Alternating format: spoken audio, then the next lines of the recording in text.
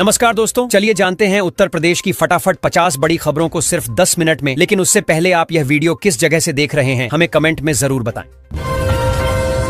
उत्तर प्रदेश के ration card धारकों के लिए राहत भरी खबर है। 10 से 25 सितंबर के बीच पात्र लाभार्थियों को सितंबर माह का राशन मिलेगा। सरकार द्वारा तय व्यवस्था के तहत पात्र परिवारों को मुफ्त अनाज और अन्य खाद्यान्न उपलब्ध कराए जाएंगे। इसका लाभ केवल पंजीकृत कार्ड धारकों को मिलेगा। उत्तर प्रदेश में तबादला एक्सप्रेस फिर दौड़ी है। सरकार ने बड़ा प्रशासनिक रीशफल करते हुए एक साथ 28 आईपीएस अधिकारियों का स्थानांतरण कर उन्हें नई जिम्मेदारी सौंपी है। इन तबादलों से लॉ एंड ऑर्डर और प्रशासनिक व्यवस्था को मजबूत करने की तैयारी की गई है। कई जिलों में नए पुलिस कप्तान भेजे गए। मुख्यमंत्री योगी आदित्यनाथ ने बाढ़ प्रभावित क्षेत्रों के लिए राहत सामग्री से भरे वाहनों को हरी झंडी दिखाकर रवाना किया। इस मौके पर उन्होंने कहा कि संकट का सामना मिलकर करने से संकट नहीं रहता। सरकार हर प्रभावित परिवार तक मदद पहुंचाने के लिए पूरी तरह प्रतिबद्ध है। यूपी में प्रॉपर्टी सेक्टर में सबसे ज्यादा घपले सामने आते हैं। रेरा के ताजा आंकड़ों के अनुसार राज्य में अन्य राज्यों की तुलना में शिकायतें अधिक दर्ज हुई हैं। खासकर 2 बड़े शहरों से सबसे ज्यादा केस आए हैं। इससे खरीदारों की परेशानियां बढ़ी हैं और सख्त कार्रवाई की मांग तेज हो गई है। उत्तर प्रदेश के एक जिले में तटबंध टूटने से बाढ़ का बड़ा खतरा मंडरा रहा है। आशंका है कि 1 लाख से अधिक लोग प्रभावित हो सकते हैं। विशेषज्ञों का कहना है कि यदि समय पर सतर्कता बरती जाती और मरम्मत कर दी जाती तो हालात इतने गंभीर नहीं होते।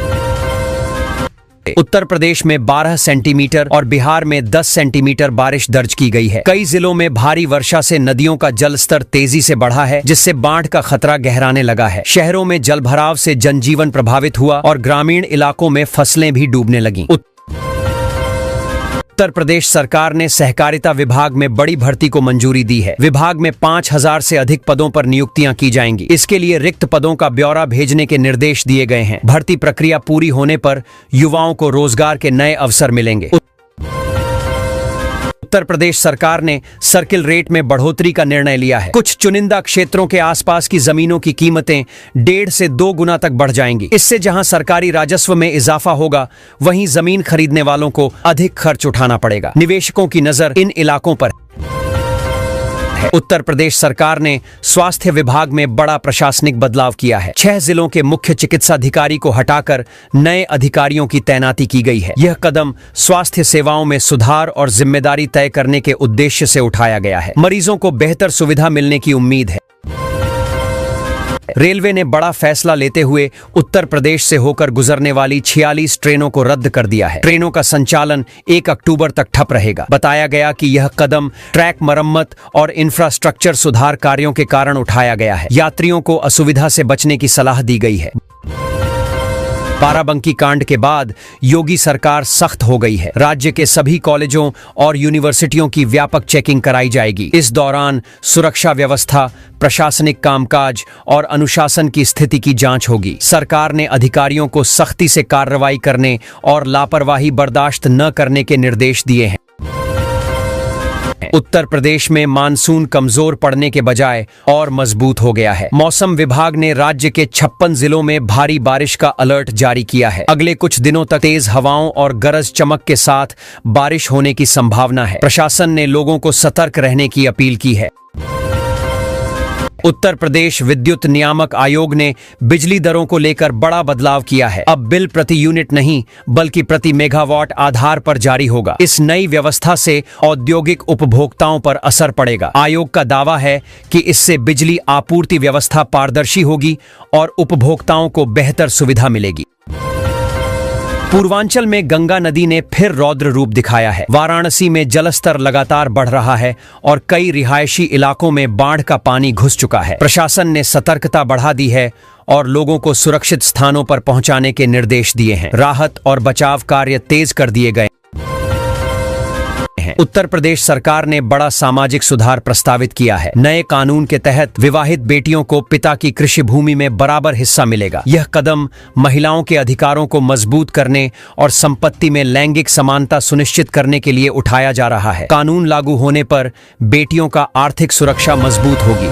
उत्तर प्रदेश पुलिस ने पूरे प्रदेश में अवैध पटाखा फैक्ट्रियों के खिलाफ सख्त अभियान चलाने का निर्णय लिया है। डीजीपी ने अधिकारियों को निर्देश दिए हैं कि सभी कार्रवाई की वीडियोग्राफी की जाए। अवैध उत्पादन और बिक्री रोकने के लिए छापेमारी और मॉनिटरिंग बढ़ाई जाएगी ताकि कानूनी उल्लंघन पर सख्त कदम उठाया जा सके। उत्तर प्रदेश में बिजली क्षेत्र में बड़ा बदलाव हुआ है। पहली बार ट्रांसमिशन चार्ज प्रति मेगावाट प्रति माह तय किया गया है। इसके तहत ओपन एक्सेस उपभोक्ताओं को अब 26 पैसे प्रति यूनिट के हिसाब से भुगतान करना होगा। इससे बिजली वितरण में पारदर्शिता बढ़ेगी और औद्योगिक उपभोक्ताओं के लिए स्पष्ट दर तय होगी। उत्तर प्रदेश सरकार ने बड़ी घोषणा की है। राज्य में कई क्षेत्रों की जमीन की कीमतें बढ़ाई जाएंगी, जिससे खरीदारों को अधिक खर्च करना पड़ेगा। नए आदेश के अनुसार सर्किल रेट बढ़ाकर जमीन की वास्तविक बाजार कीमत के करीब लाया जाएगा। इससे सरकारी राजस्व में भी इजाफा होगा। उत्तर प्रदेश के एक जिले में भारी बारिश और बाढ़ के कारण 12वीं तक के सभी स्कूल आज भी बंद रहेंगे। साथ ही कॉलेजों में भी छुट्टी घोषित की गई है। प्रशासन ने लोगों से सुरक्षित रहने और जोखिम वाले क्षेत्रों में न जाने की अपील की है। फर्रुखाबाद में रोडवेज कर्मचारियों के लिए पीईटी परीक्षा ने खुशियों की बहार ला दी। 2 दिन की परीक्षा में कर्मचारियों ने लाखों रुपए की कमाई की। इस अवसर ने न केवल आमदनी बढ़ाई बल्कि कर्मचारियों के उत्साह और प्रोत्साहन में भी इजाफा किया। कानपुर में बादलों ने जोरदार बारिश की झड़ी लगाई। मात्र 1.5 घंटे में 38.7 मिलीमीटर पानी बरस गया, जिससे कई इलाकों में जलभराव और ट्रैफिक प्रभावित हुआ। मौसम विभाग ने अगले कुछ घंटों में और बारिश की संभावना जताई है। नागरिकों को सतर्क रहने की सलाह दी गई है। बाराबंकी में सरयू नदी का जलस्तर लाल निशान से 13 सेंटीमीटर नीचे पहुंच गया है। इससे आसपास के कई गांवों में बाढ़ और जलभराव का खतरा बढ़ गया है। अधिकारी सतर्क हैं और संभावित संक्रमण को रोकने के लिए स्वास्थ्य एवं राहत कार्यों को तुरंत सक्रिय कर दिया गया है। उत्तर प्रदेश सरकार ने सहकारिता विभाग की संस्थाओं में बड़ी भर्ती की मंजूरी दी है। कुल 12,500 पदों पर नियुक्तियां की जाएंगी। अधिकारियों को निर्देश दिए गए हैं कि वे सभी रिक्त पदों का विस्तृत ब्यौरा भेजें। भर्ती प्रक्रिया के बाद युवाओं को रोजगार के नए अवसर मिलेंगे।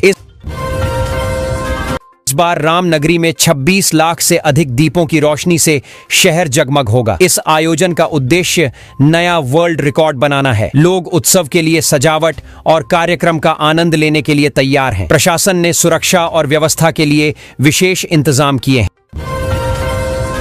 उत्तर प्रदेश में 1,68,000 शिक्षा मित्र और अनुदेशक राहत की उम्मीद में हैं। मुख्यमंत्री योगी आदित्यनाथ की हालिया घोषणा ने उनकी आशाओं को बढ़ाया है। सरकार की ओर से किए जाने वाले फैसले से इन शिक्षा कर्मियों के भविष्य और रोजगार की स्थिति मजबूत होने की संभावना है।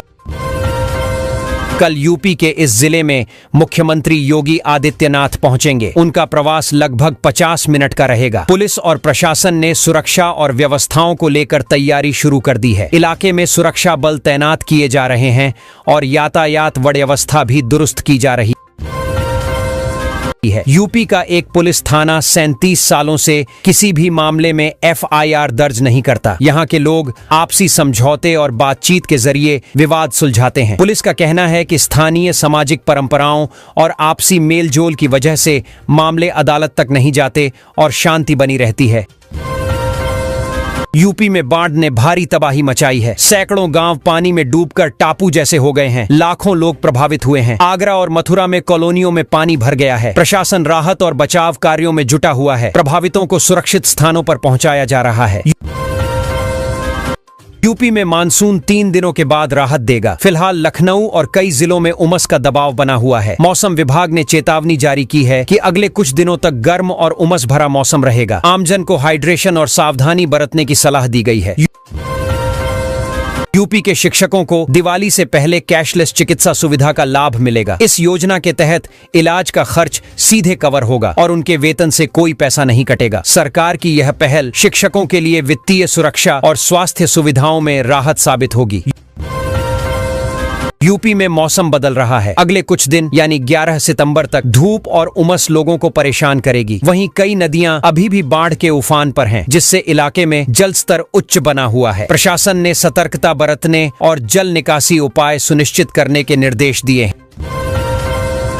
यूपी के इस शहर के ग्रामीण इलाकों में जमीन की कीमतों में अचानक उछाल आया है। इसके साथ ही फ्लैट और आवासीय प्रॉपर्टी की कीमतें भी बढ़ गई हैं। रियल एस्टेट विशेषज्ञों के अनुसार बढ़ती मांग और इंफ्रास्ट्रक्चर विकास इसके मुख्य कारण हैं।